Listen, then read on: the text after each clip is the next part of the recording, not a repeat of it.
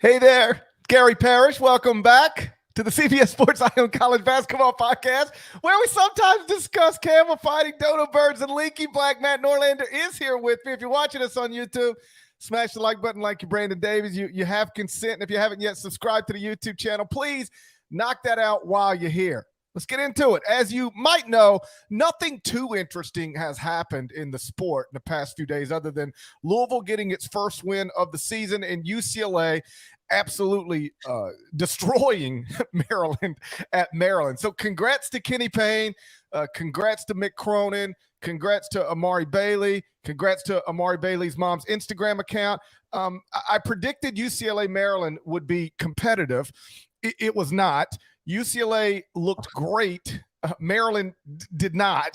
And rather than look back at that beatdown, I think our time today, if you don't mind, I think our time today is better used looking forward to an incredible weekend of games. Among them, Indiana, Kansas. Check out this schedule. Indiana, Kansas, Alabama, Gonzaga, Houston, Virginia, Davidson, Purdue, UConn, Butler, Tennessee, Arizona, Auburn, USC. We get all of that plus the CBS Sports Classic inside New York's Madison Square Garden. So with that in mind, and in honor of Trivia Time consumer Jay Wright, I decided to get things started today with a special CBS Sports Classic Madison Square Garden Trivia Time. Deadleg, I've got a 10-question trivia time prepared for you. 10 questions? 5 CBS Sports Classic questions, 5 Madison Square Garden questions. Can you dig it?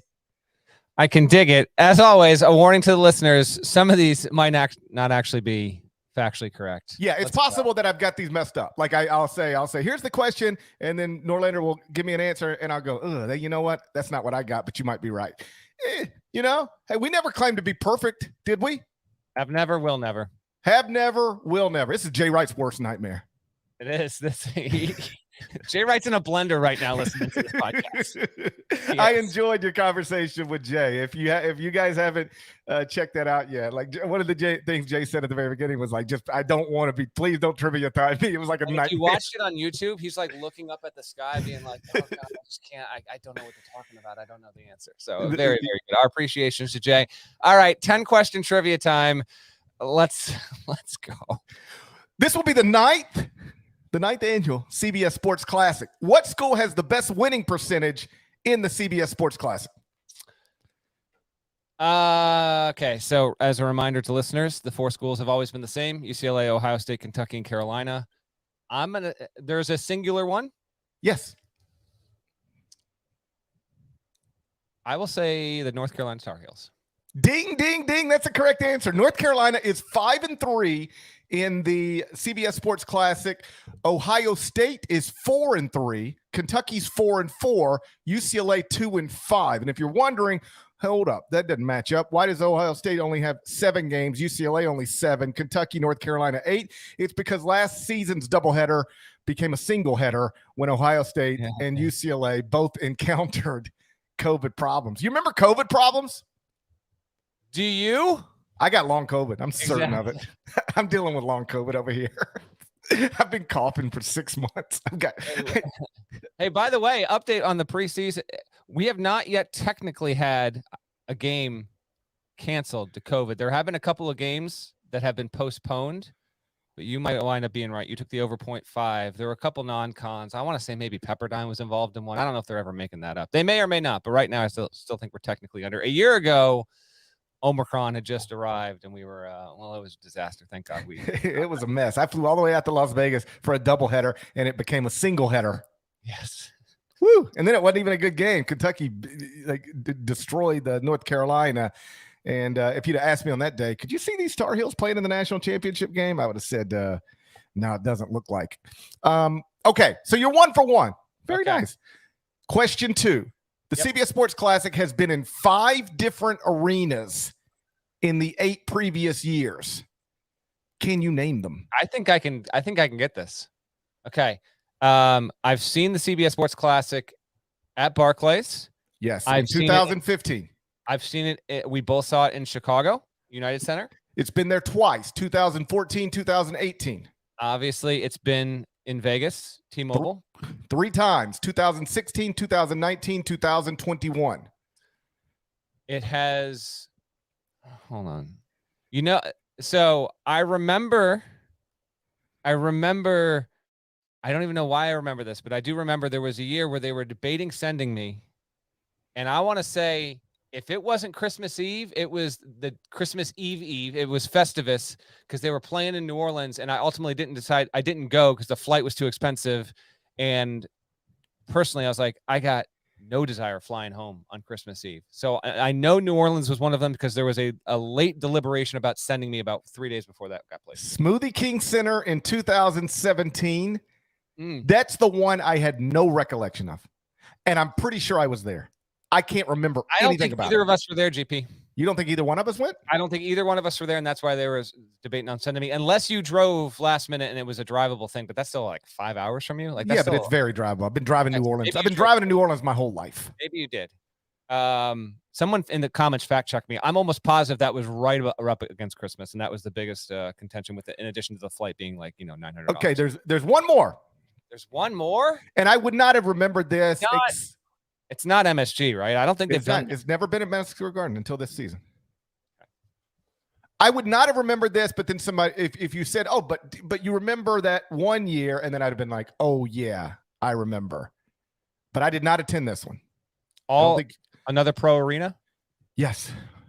I'm gonna say Bankers Life. Not Bankers Life. Really?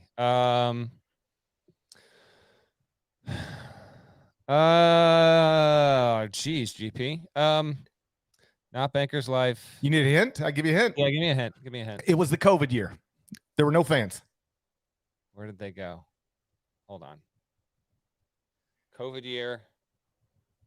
Oh yeah. Oh man, come on, man. I know you want to say South Dakota. That's where everybody goes for COVID. No. Dude, did they go to Cleveland? That's right. Rocket Mortgage. That's not it. That is it. That's it. Rocket Mortgage Fieldhouse. Is it really? Rocket Mortgage Fieldhouse in Cleveland in 2020. So those are the 5 arenas that have hosted the CBS Sports Classic. Madison Square Garden gets added to that list this weekend. Question number 3. I think you're 2 for 2. Okay, question number 3. What head coach has won more CBS Sports Classic games than anybody else? It's got to be Roy Williams. It's Roy Williams. He's 5-2. It's UNC. So that's like a half. That's a half credit at best there. I thought maybe I could trick you up a little bit there. Yeah. Question number 4. You're 3 for 3. What player holds the record for most points scored in a CBS Sports Classic? Malik Monk in Vegas. That is like the biggest CBS Sports Classic memory for me. Yeah. Is Malik Monk 2016 got 47. Oh, points. I was gonna say 44. Okay, 47. 47 points. Kentucky beat North Carolina 103-100. That was at T-Mobile in Las Vegas. Malik Monk was 18 of 28 from the field, 8 of 13 from 3, 3 of 5 from the line. That's 47 points to be added up. Justin Jackson for North Carolina had 34 in that game. And then the two teams, of course, played again in the Elite 8 of the NCAA tournament in downtown Memphis, FedEx Forum. John Morant's home. UNC won that game 75-73. Who hit the shot? You said UNC won it? 75-73, Elite 8, 2017. Luke May. Buried a jumper in the final second. All right, you're 4 for 4. Question number 5.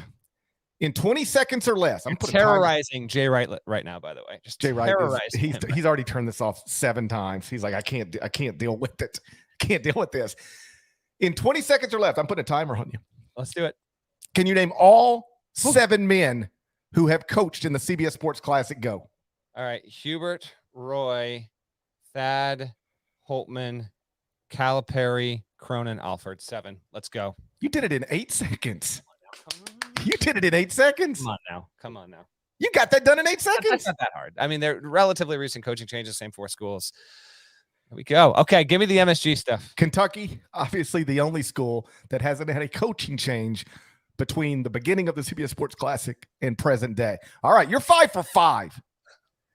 Question number 6. Now we turn our attention to Madison Square Garden. Let's do it. How many Madison Square Gardens have there been? I'm going to say there have been 3 Madison. No, I'll say there have been 4. Maybe something like in the early 20th century. It was there for like 12 years. They knocked it down, rebuilt it in the mid-20s, and they had that one that was around until like the 70s, and they had the one until renovation like in 2013, 2014. You might be a genius. Is that it? They have 4. Come on now. The third was at 50th and 8th. So that's kind of a weird spot. But yes, we are on the 4th version of Madison Square Garden. You're 6 for 6. Question 7. Madison Square Garden is called Madison Square Garden because the original Madison Square Garden was located near Madison Square Park on 23rd Street. Who is Madison Square named after? I'm going to say James Madison, the only obvious answer. James Madison, the 4th president of the United States. No. This dude 7 for 7. Question number 8. Most folks know that Billy Joel has played more shows at Madison Square Garden than anybody. Current total, 131. I thought you were going to quiz me on the number, and I wouldn't have gotten it. Okay. It's 131. It's 131. I should have put it. Yeah. Okay. Who holds the record for the fastest sellout at Madison Square Garden? It's not Billy Joel. Tickets go on sale. Single individual show. Yes.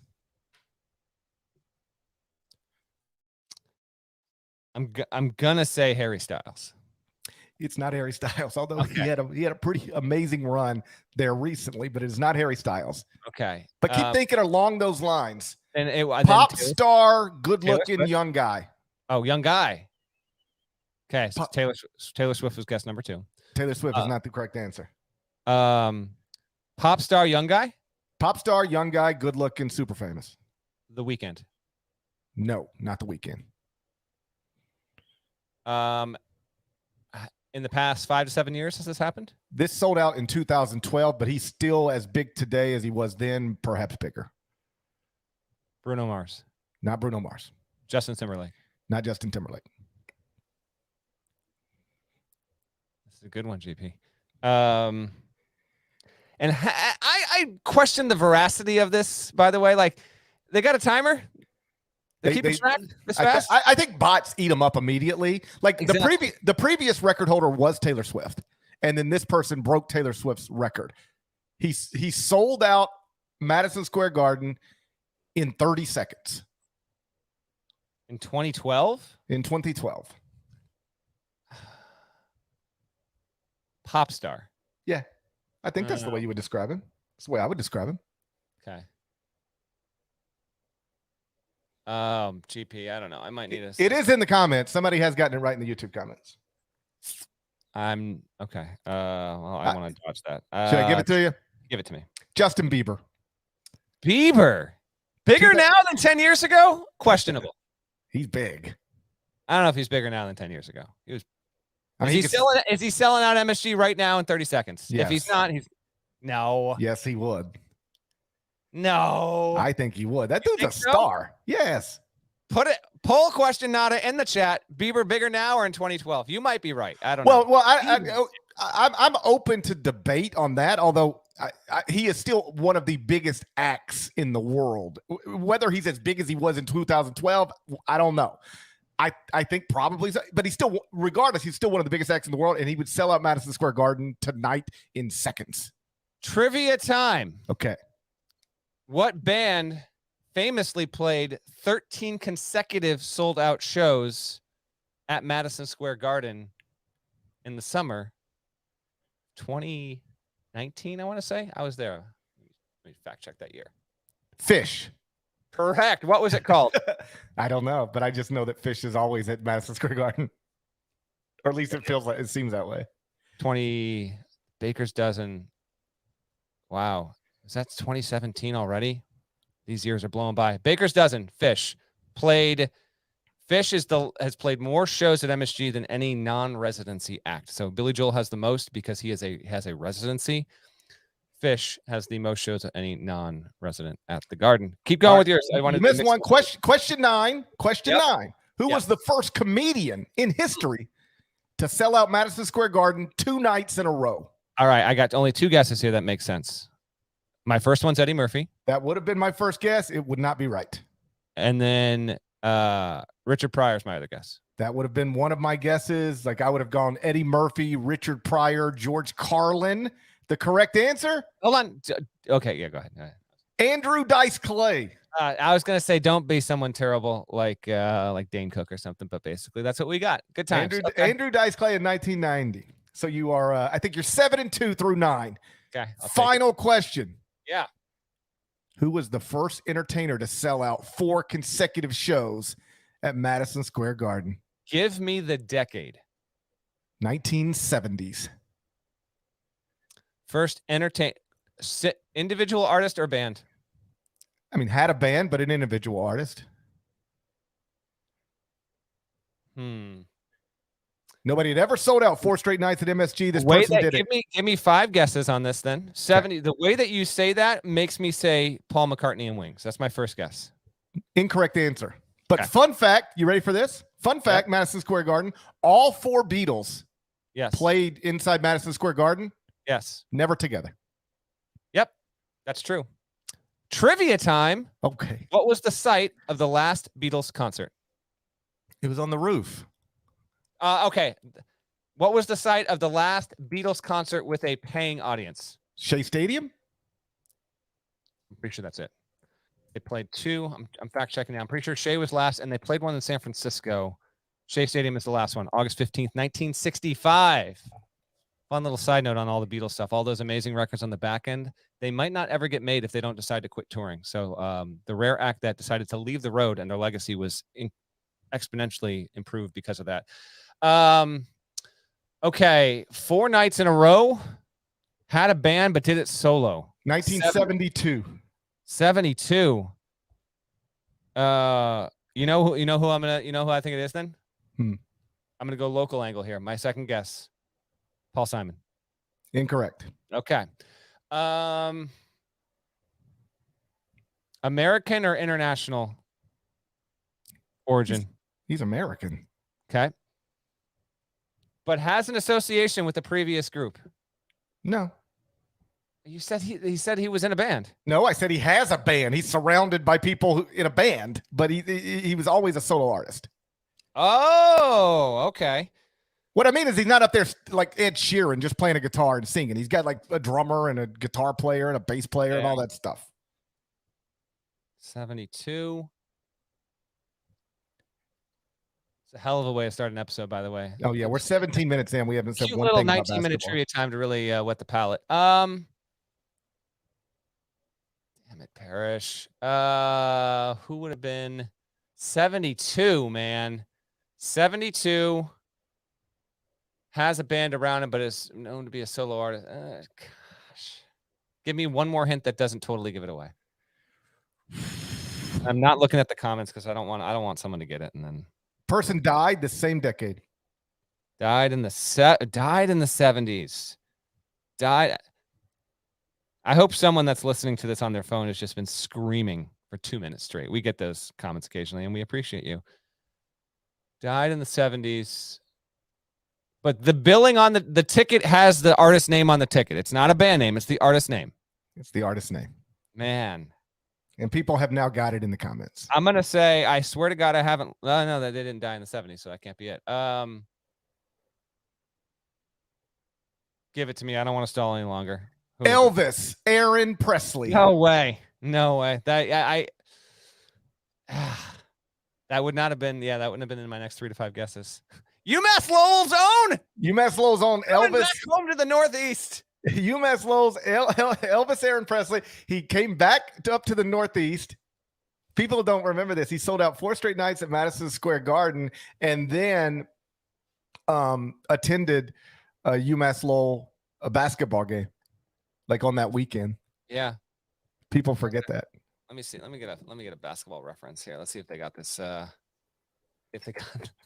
What am I doing right now? What are you doing right now? I'm looking to see what UMass Lowell was doing in 72. No, we're not doing that right now. The final 4 and 1. We'll do that. We'll talk. I swear to it. We're going to talk basketball next. But first, a word from our partners.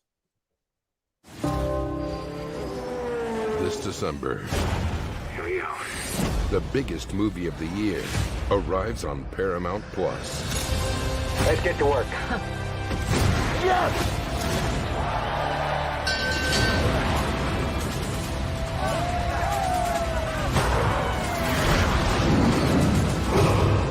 been an honor flying with you. Top Gun Maverick, streaming December 22nd on Paramount Plus. If you come here strictly for basketball talk, by the way, that's your fault.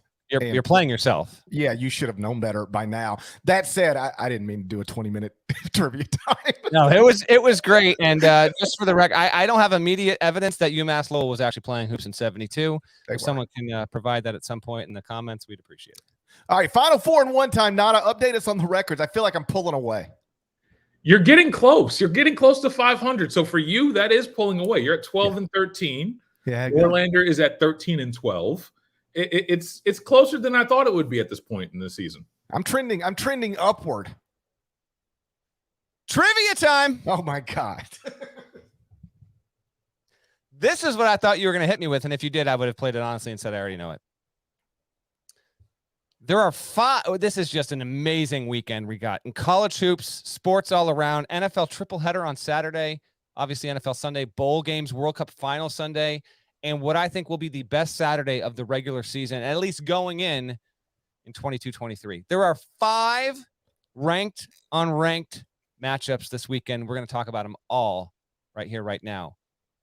But what year was the last time there were at least 5 ranked, unranked matchups in a single day? What year? And it has happened since the turn of the century. I'll give you 3 guesses. See if you can land the year with a bullseye in 3 guesses. 2016. Longer. 2012. Longer. 2008. Credit to Eli Betker of the Heat Check with this. January 17th, 2009 was the last time there were at least 5 ranked, unranked matchups. We have gone almost 14 years since a regular season had this much appeal from a ranked matchup standpoint. Absolutely tremendous. Can't wait to talk about these games. Game 1, Saturday, 1 p.m. Eastern. It's number 4 Alabama versus number 15 Gonzaga inside Courtney Cox Arena down in Birmingham. Courtney Cox from Birmingham. Had no idea, actually. I was about to say, what's up with that? Mountain Brook High School. Okay. This game, you're going to be able to watch it on CBS. It's America's most watched network. It's the network of stars. Ken Pom has it Alabama -1.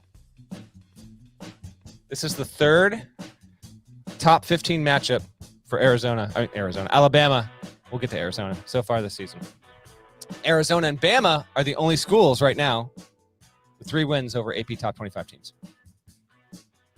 My guy Spiro Ditas is on the call with Jim Spinarkle. How about Brandon Miller right now? 18.5 points a game. That's most of any freshman in the country. He's also averaging 8.4 rebounds. No Namari Burnett, as we've previously discussed, which I think will be a good thing for Gonzaga's backcourt. By the way, there will be an hour-long pre-show Inside College Basketball on CBS at noon Eastern. Jay Wright making studio debut. Obviously, after you've listened to the pod, do our guy Jay a favor. And yeah, there's another basketball game of note happening. Let's go CBS primary spot in that noon spot. Get a little Inside College Basketball going for you before we get to Zags Tide. Bama won this game a year ago in Seattle.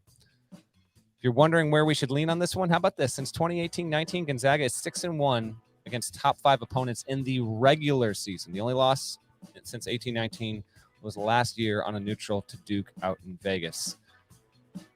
Bama, GP and I both think top 5 level at this point. This is kind of a big spot for Gonzaga in this regard. A loss would put Gonzaga at 8-4. Best wins would be over Michigan State, Xavier, and actually, believe it or not, right, and Kentucky. And Kent State registers as a better win right now than Washington. They'd still have a fine resume. Wouldn't be worthy of top 25 consideration with a loss here. But if Gonzaga really wants any chance, I think Gonzaga's chances at a 1 seed are done, barring it literally running the table. I don't think it can do it. But if it were to lose this game and take losses, all fine losses, Purdue, Baylor, Texas, and Bama, those would not be bad losses. I actually wonder, with the WCC being good again this season, and good's a relative term, like among the multi-bid leagues and the non-high major leagues. I think it actually might be slightly better overall than it was a season ago. We'll see how that plays out. But I actually wonder if Gonzaga's chances at not landing on even the 2 line would be something of a long shot if it can't win this game. So long-term effects here actually could be significant. We've been used to Gonzaga on the top line for most of the past half decade or so. GP. I mean, they were a 1 seed a season ago. 1 seed the season before that. Would have been a 1 seed in 2020. We're a 1 seed in 2019. We're a 1 seed in 2017. We're a 2 back in 2015. So this might actually wind up being a little bit of a different year for the Zags in that regard. Let's see how Timmy plays in this one. You said Bama by 1? That's what Ken Palm says. I'm going to go Gonzaga to win this game straight up and give us a little bit of intrigue on what will be an awesome day. There's going to be a team or two that's playing home, or this is de facto home for Bama. It's in Birmingham, like Gonzaga played last year in Seattle. I'll take Gonzaga to show up big and win an entertaining one here.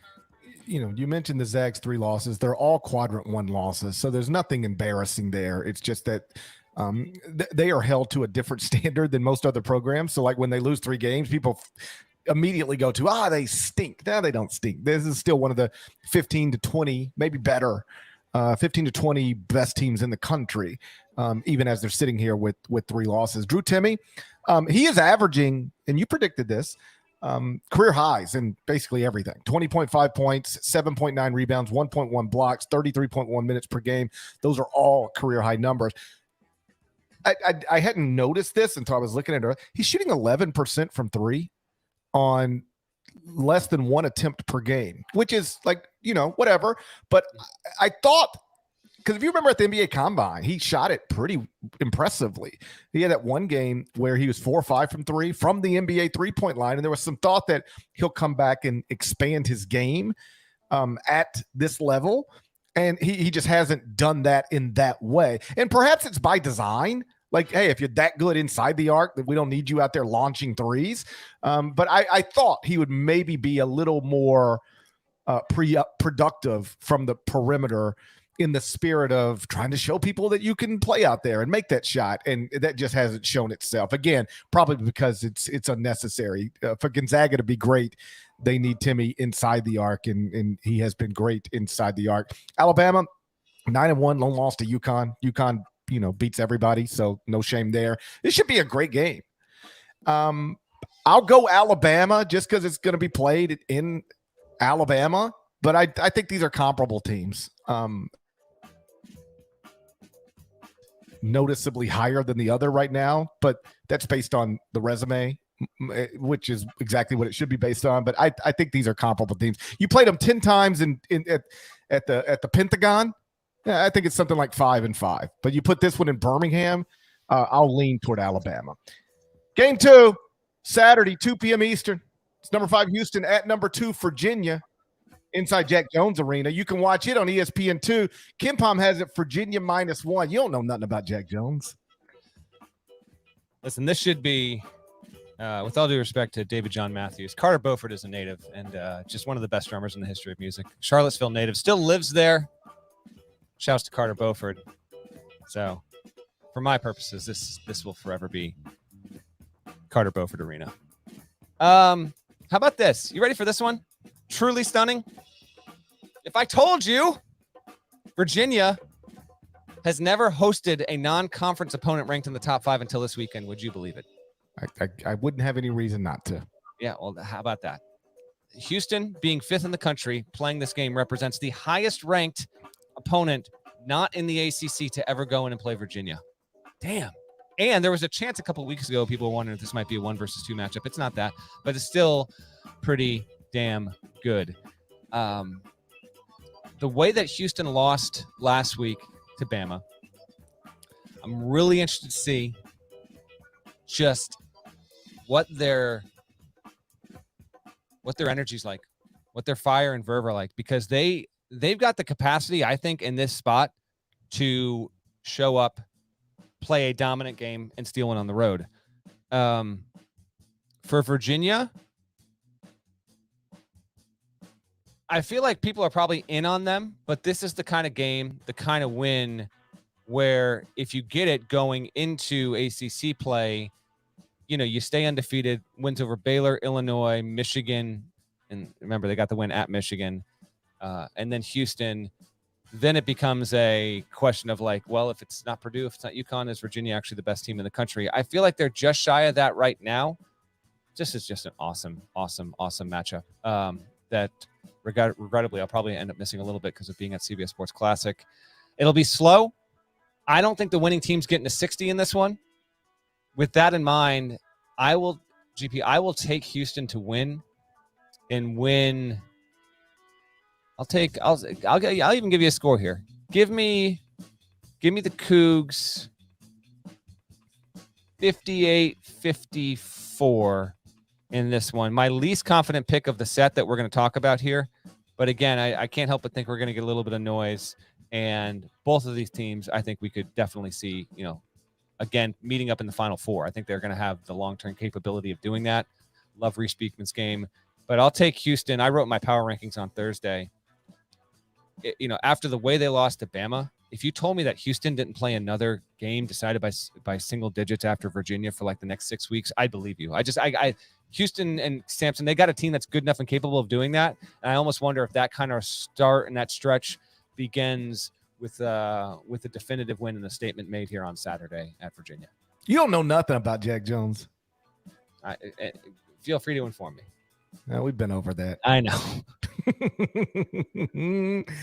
Marcus Sasser, preseason All-American, just 4 of 15 from 3 in Houston's past 4 games. Went 0 of 3 from beyond the arc last weekend in that loss to Alabama. So he's now shooting a career low 30.6% from 3 through 11 games. Last season, only played 12 games because of injuries, but he did shoot 43.7% from beyond the arc in those 12 games. So his shooting percentages from the arc down significantly, but still having an awesome All-American caliber season for a team that, despite last weekend's loss at home, looks like a legitimate national championship contender. Virginia, undefeated, 4-0 in the first 2 quadrants, also got 4 quadrant 4 wins. They've only played 8 games. Remember, they had the 1 game canceled or postponed because of the tragedy within the Virginia community and that football program. So they haven't played as many games as lots of other teams,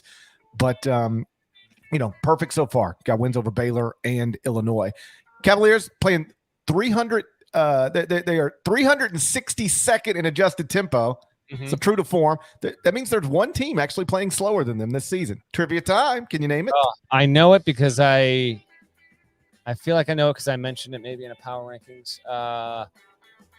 So there's a team slower than Virginia right now. Just give it to me. I know what I've seen, unless it's some random mid-major that got there. Grant McCaslin's North Texas Mean Green. Yep. I'm going to take Houston on the road. By the way, Houston won this matchup a year ago by 20, 67-47. 20 points. Now, Virginia was a different team. Houston had the benefit of playing at home in that one.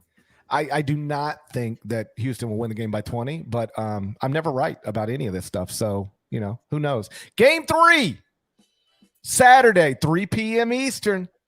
It's North Carolina versus number 23, Ohio State, inside Billy Joel Garden. You can watch it on CBS. It's America's most watched network. It's a network of stars. KenPom has it Ohio State -1. This is a deal either way, no matter what. Either UNC loses, goes to 7-5 with all of its losses against power conference teams, Iowa State, Bama, Indiana, Virginia Tech, and then it would be Ohio State, or it finally gets a win against a quality opponent and puts together a 3-game winning streak heading into a game against Michigan next week. I think that is the Jordan Brand Classic down there in Charlotte. Nada will be on hand for that. Ohio State, 7-2. Losses to San Diego State and Duke so far. Top 5 in offensive efficiency adjusted at KenPom right now. And they don't have a star. Bruce Thornton's coming along pretty damn nicely, though, as a freshman. I like his game a lot. Really good offensive player. And him, along with Bryce Sensabaugh, another freshman. I think I wrote this in the preseason. Provided that, the players that should stay, and they've got a good freshman class coming in. Ohio State, a year from now, or next offseason, will probably set up as a preseason top 20 team. Hell, they might be that this season. I sold on that notion going in, but they've been pretty good so far. Justice Suing I actually think he's going to wind up playing a bit better than he has overall. He probably needs to be their best player, and Zedke, for the most part, has done exactly what they needed him to do. He's a good big man in the middle there, and it'll be an intriguing matchup here with Baycott going against Key overall. This is definitely a game from a national perspective for the Buckeyes where people just frankly aren't that familiar with them too much. Yeah, they played Maui, and they got some wins, but they beat Cincinnati and they beat Texas Tech, and in the losers bracket game there. So we have seen some of the Buckeyes, but Saturday, huge Saturday, CBS Sports Classic against UNC. This is your biggest stage yet. I would argue it's even bigger than the road game in the ACC Big Ten Challenge when you lost against Duke there. So we've seen a little bit of them. I will take Carolina in this spot. I need to see them do it. Obviously, they got to show up and play well. They've done relatively well in their past two, Georgia Tech and the Citadel. Citadel is, whatever. But in here, give me Carolina to win. And something tells me this is going to UCLA, Kentucky, which we're going to get to next, is the more intriguing matchup, the bigger matchup. I can't shake the notion that this might actually be the better game. So I will say Carolina wins by no more than 2 possessions. When you said Ohio State is 5th in adjusted offensive efficiency, it reminded me one of the last times Ohio State was really good offensively, and we were talking about it, and I randomly said something along the lines of Ohio State's that Ohio State's offense turns me on or something, and that actually got taken to Chris Holtman at a press conference. That's the pod listener Adam Jardy, who I believe was the one who teed him up on that. Yeah. Can you imagine asking Chris Holtman about his offense turning Gary Parrish on? If they win tomorrow and drop north of 85 points, maybe I'll hit that with Holt. Maybe I'll ask Holt then. I'll be like, listen, man, I just got a text from GP right now. He's about to go take a cold shower. Can I get your thoughts? Ohio State was not in the preseason AP poll, not in the preseason coaches poll, but you know where they were? The Buckeyes? They were in the preseason top 25-1. Now they're 7-2. Like you said, they beat Texas Tech, beat Rutgers in controversial fashion, lost to Duke, San Diego State. This is a quad 1 opportunity for the Buckeyes. They still do not have a quad 1 win. I think you can reasonably argue North Carolina needs this more. It's been a preseason number 1 team, and they're 0-4 in quadrant 1 opportunities so far this season. Losses to Alabama, Indiana, Virginia Tech, and Iowa State. Armando Baycott was the consensus preseason first-team All-American. Caleb Love is currently the Tar Heels' leading scorer. Caleb Love shooting 41.8% from the field on 15.5 shots per game. Armando Baycott shooting 53.9% from the field on 10.2 shots per game. Is that something that should be addressed? There's a lot that should be addressed here, but yes. And I'm not surprised by that, by the way. I think on some level, we probably expected it. I just need to see more. I think we need to see probably a little less Caleb Love, a little more RJ Davis, generally speaking, and then Baycott, I think he's asked to do a ton. And I'll be also interested in this game to see how much of the bench Hubert seemed. It looks like they've been trying to get them more involved. I think they need to. They can't go with an iron 5 lineup for the course of 3 straight months. And so I think he's trying there. But yes, they need a little more Baycott. Love is a very good player. He's talented. He's erratic. He's streaky, but he's also often fearless, and that can be a very good thing. But still plenty of work to be done on that end for sure. He's the classic player, Caleb Love. Very good player, talented guy. But the classic player who can always get his shot, but he just doesn't make enough of them. He can always get his shot. If you need an end of shot clock, end of half, end of game, give him a ball screen, he'll get his shot. He just doesn't make it that often. He's taken 6.6 3-pointers per game and only making 28.8% of them. And so if you remember when we had Leaky Black on and we were discussing about, did you think Caleb Love was coming back? Did you think he was leaving? And I jokingly said, you realize if he'd have left, that's 15 more shots per game for you guys, to divvy up however you please. And we sort of chuckled, but here we are. He's taking 15.5 shots per game and making too low of a percentage of them. Not necessarily, it's just I'd be fine with 15.5 shots per game, I guess. but you can't take 7 threes a game and only make 28.8% of them. That's where the real problem is. He is launching. I don't want to say too many threes, but if you're going to take that many, you got to make a better percentage than 28%. I'm going with Ohio State. I'm going to take Ohio State inside the Garden over North Carolina. Game 4, Saturday, 5:15 p.m. Eastern. Number 16 UCLA versus number 13 Kentucky inside Harry Styles Garden. There we go. You can watch it on ESPN2. KenPom has it. No, you can watch it on CBS. Somebody You can watch it on CBS. That's a note that needs to be updated. Excuse me for 1 second. Okay. Well, GP does. You can watch it on CBS. It's America's most watched network. It's the network of stars. KenPom has it.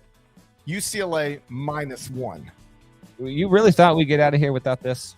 What am I expecting tonight? A competitive basketball game. I think we'll be at the under 4, and it'll still technically be up for grabs. I'd be surprised if that's not true. Holy crap. UCLA. What did they do to Maryland? Dude, they were up 38 points. I know. Won by 27. That's at the Xfinity Center. You're not supposed to be able to go in the Xfinity Center and do that? Dude, everybody walked out of there and was like, I'm getting DirecTV. This is ridiculous. Everybody walked out of there and was like, I'm canceling. This is outrageous. Sign me up for DirecTV. Imagine getting beaten so badly at home that 20,000 people cancel their cable service. That's what happened. Phenomenal. And you've seldom been more wrong than that, which is just incredible. I mean, nobody's been more wrong. It's impossible to be more wrong than that. The thing that's great about it is what I'm going to play that. Let's see if I still got. I'm going to play this for you one more time. All right. And then I'm going to explain what's going on here. All right. Here it is again. 10 seconds. What am I expecting tonight? A competitive basketball game. I think we'll be at the under 4, and it'll still technically be up for grabs. I'd be surprised if that's not true. I was wrong. All right. So what's going on with that exactly is this. I've been Gary Parrish's coworker now. I mean, we're now at 12 plus years, right? So I've seen him do so much. I've seen him continue to rise as star and just ascend and ascend and ascend. But when he goes on HQ or he's on CBS Sports Network inside college basketball, sometimes he'll get asked these questions, and he doesn't want to stray too far. He doesn't want to go to extremes. He doesn't want to predict a huge win or a big loss. So the way to split that is he'll say, yeah, you know, we've got 2 really good basketball teams. What am I expecting in this game? I'm expecting a really good basketball game. Like, I'm expecting a close basketball game. We've seen that so far. And so he was trying to play it down the middle. The problem is you can actually be just as wrong playing it down the middle as you can. And so that is why. Not only was it not competitive at the under 4, it wasn't competitive at the under 16. Of the first half. No, like, listen, I was downstairs doing, visiting with my family. And then I was like, oh, it's, I can't remember what time it was. Like, whatever time the game started. It was like, oh, the game started like 8 minutes ago. I need to go pop up in front of the TV. Turned it on. It was 7-0. And I was like, well, here we go. Yep. And it just got worse. Yeah. Like, you would think on some level, like, it's 7-0. Can't get worse than this. Woo-hoo-hoo-hoo. Holy God. I know. It's bad. Good night for DirecTV. Terrible night for Xfinity. Bruins are 7-8 all time against Kentucky from a historical perspective, and UCLA, thanks to UCLA SID for sending this along, 16-15 all time record in New York City, 14-12 of those record at MSG. Have not played in the Garden, have the Bruins since 2013-14 when they fell to Duke 80-63. I think that was an NIT deal overall. UCLA and Kentucky have played once before ever in MSG. Coaches versus Cancer tournament in the 2000-2001 season. UCLA won 97-92. Here are your UCLA performers on that night. How about a nice little throwback, guys? Jason Capono, 21 points. Earl Watson, 20 points. Ray Young, 20 points. Can I get a Dan Gadzuric reset, please? 16 in that game. And then the most well-known from an NBA standpoint in this game was 5th in scoring. Matt Barnes dropped 10 in that game for the Bruins. Fuck that. UCLA's won 6 straight games in this season, and Jalen Clark coming off 19 points in that game against Maryland. David Singleton at 18. That's good gains there for UCLA because Tiger Campbell's been mostly reliable. He's got 49 assists so far this season. His assist to turnover, or the team's assist to turnover ratio, is 4th best in the country as UCLA's. And I bring that up because Kentucky's obviously good at turning teams over, Case and Wallace in particular. So you will have a fantastic backcourt matchup with all this. Severe Wheeler, by the way, is one of the best. UCLA is one of the best teams at assist to turnover ratio. Severe Wheeler is one of the best players, 3.471 assist to turnover ratio. He's also helping with 6.5 assists per game. Case and Wallace for Kentucky's at 2.5 steals. He has more steals than any freshman in the country. And then when you get to Oscar Tshiebwe, only Zach Edey averages more than him points and rebounds per game right now.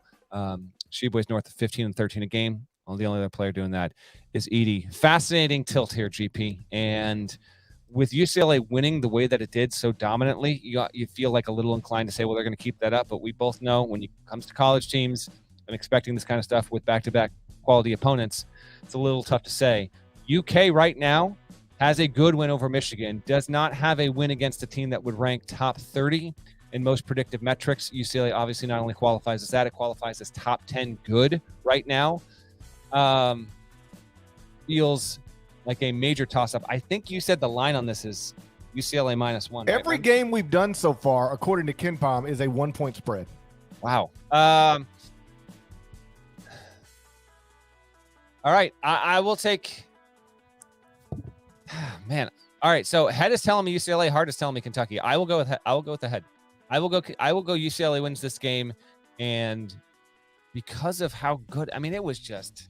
I'm going with Maryland, but that was just a thrashing. The crowd. I don't know if you caught this. It was midway through the second half. The crowd started chanting, "Cut the cord!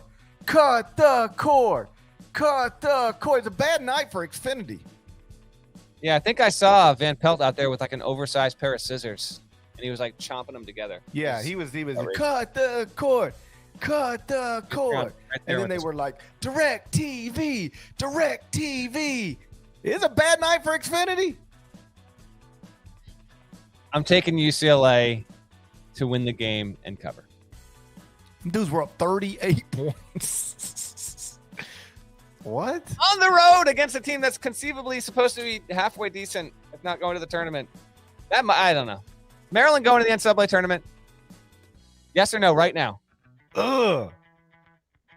We're talking about a good basketball team here, guys. Are they going, yes or no? I'd say no. No. I don't think you can recover from what just happened to them. Kevin Willard, the quote was Kevin Willard said, it's not a bad thing to get beat down every once in a while. I was like, yeah, it feels like a bad thing. I wouldn't want to get beat down every once in a while. 38 points, man. Yeah, no, that's not. That's I respectfully disagree. It is a terrible thing. Maryland fans are like, can you guys just please talk about the game and pick the game and get off of us right now? Cut the cord. Cut the cord. Let's try this again. What am I expecting? I'm expecting a competitive basketball game. I'll be surprised if we're, in the under 4 and this game isn't still very much up for grabs. I'll just keep doing it till we get it right. Eventually a game is going to be up for grabs late.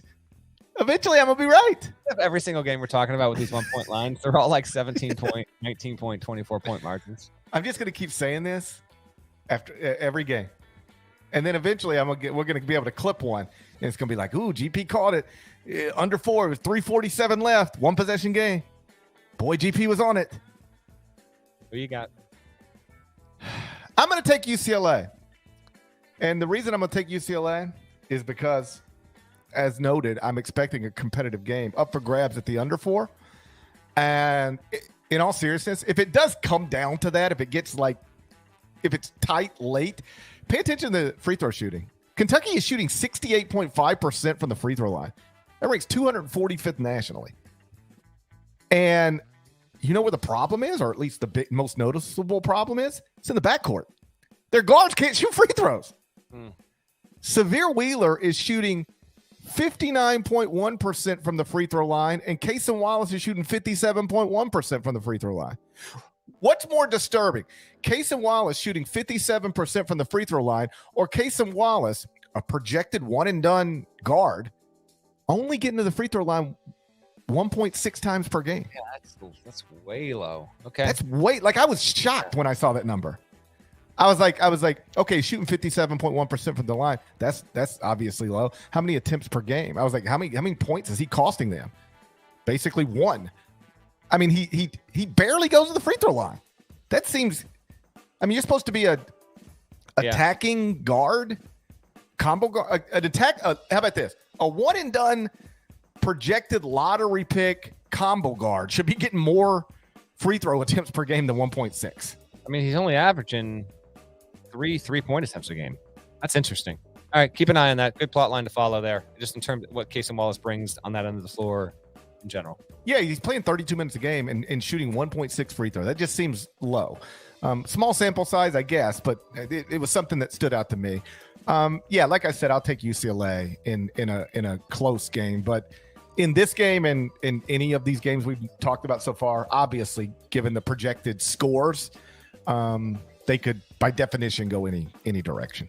The and one pick is going to be Saturday, 10:30 p.m. Eastern on ESPN2. We got from noon all the way till past midnight on the East Coast here. We got games galore. Kansas and Indiana fans, we're going to get to you guys in a second, but we're going to pick this game first.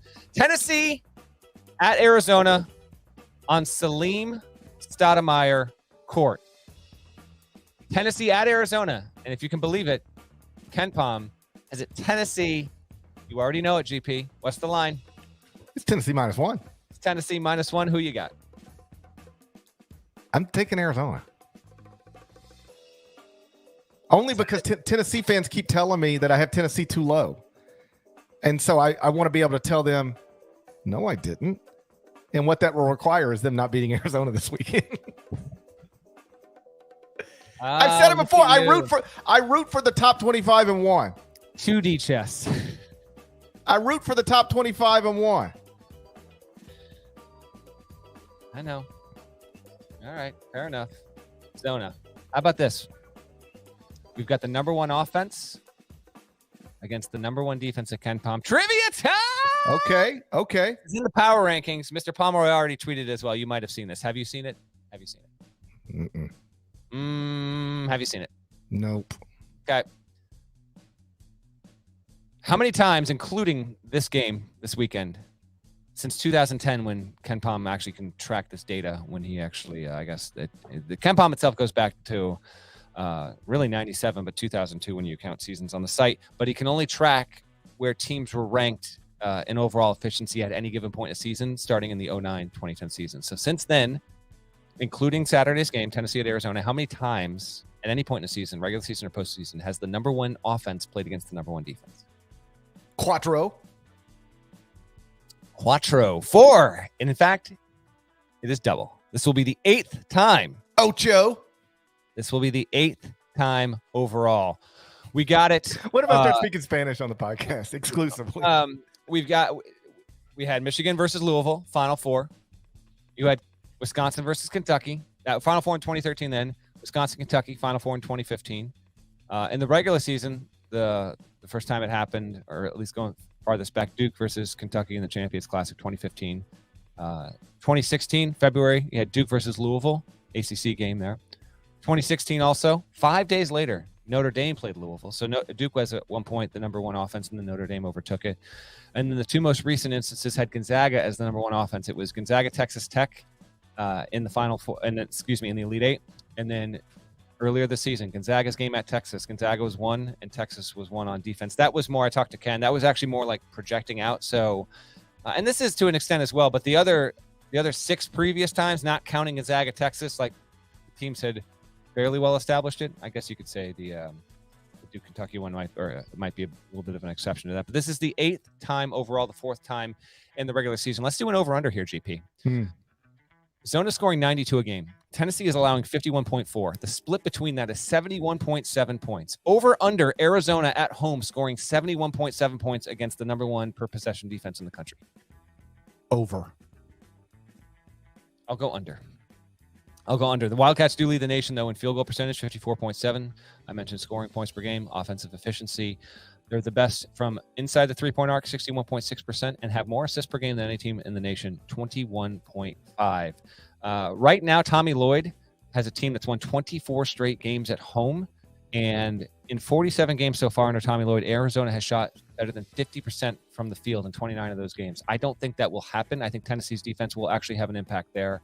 Tommy Lloyd does do well against ranked teams, 8-3 against top 25 opponents, and 3-1 against top 10 teams since Lloyd got there.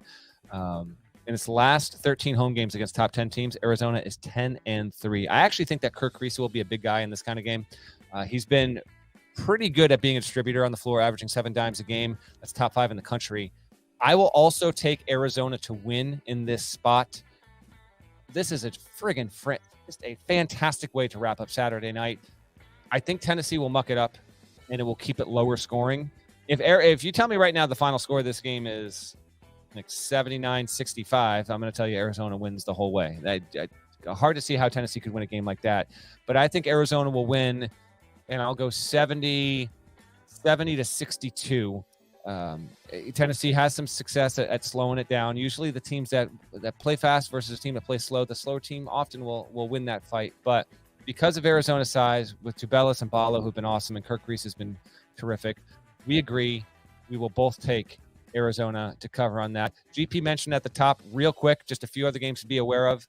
The only one on Friday that I would really pay attention to is Creighton at Marquette, 8:30 on Fox Sports 1.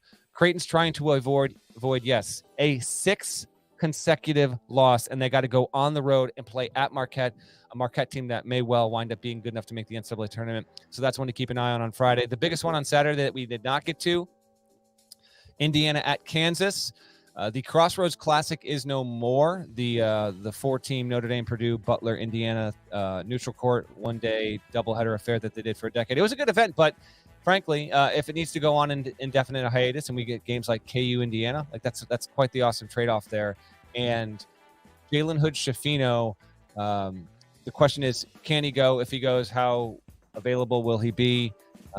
Because if he's not there, asking Trace Jackson Davis to cover up for a lot of what they're going to need to do on the road is asking a lot there.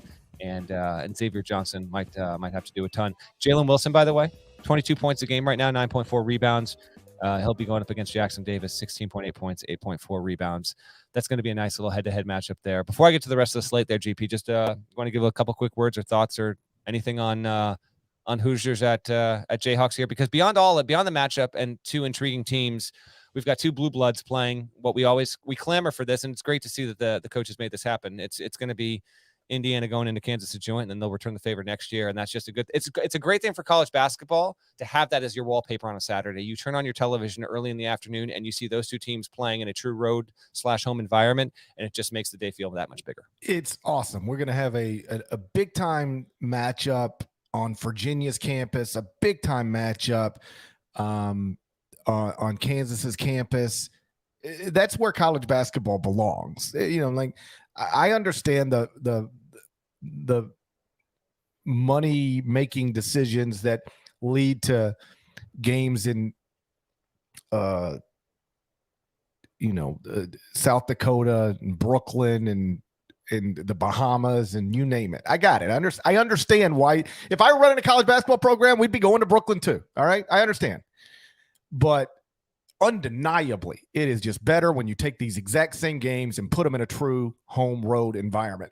So I love when programs and I love when all programs do this, but especially the big boy programs like Indiana, like Kansas.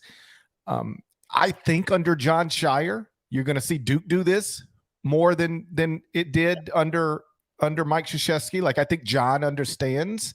And they've scheduled a home and home with Arizona that'll start next season. Right. So I think John's going to be willing to take the Blue Devils onto other people's campuses more than Mike was willing to, which again is awesome. As I've said many times, this is not college football where one loss can prevent you from making the playoff for our purposes, the NCAA tournament. There's not a loss you can schedule in November or December that's going to cost you the opportunity to be a 1 seed in the NCAA tournament. So I wish more coaches would focus on that. Like, hey, let's go play this big game. And if we win it, woo, how awesome is that? And if we lose it, you know what? Not that big of a deal. Either way, we create a great moment, memory, everything for our program. I wish more coaches would do it. And we've got multiple examples of that coming up this weekend. A couple more games, and then we'll get out of here. Just to keep an eye on 6 Eastern Saturday, CBS Sports Network. You've got the Holy War. So BYU is going to host Utah. Utah's 9-2. Utah can get a road win there. You know, maybe just a Pac-12 team that's slowly maybe building an at-large resume. Keep an eye on that.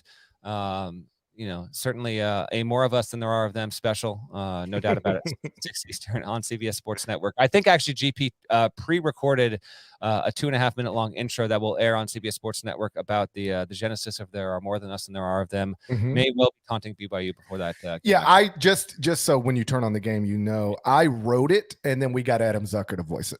Oh, absolutely terrific, man. Love to see that. Yeah, Zook voiced it.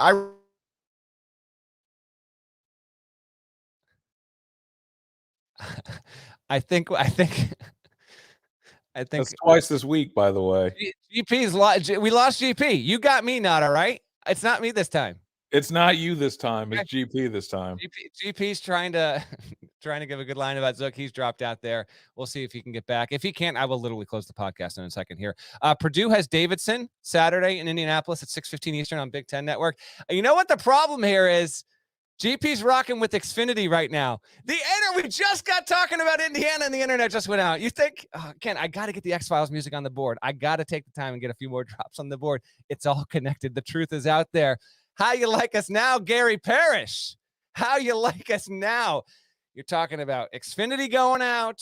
He's done. It's out of here. Okay, I'm wrapping this bad boy up here. Cool thing about Purdue and Davidson, it's the Lawyer Bowl. Foster Lawyer going head-to-head with his younger brother, Purdue freshman Fletcher Lawyer. I'll set the over-under. I was going to ask GP over-under 37.5 total Lawyer points. He's not here.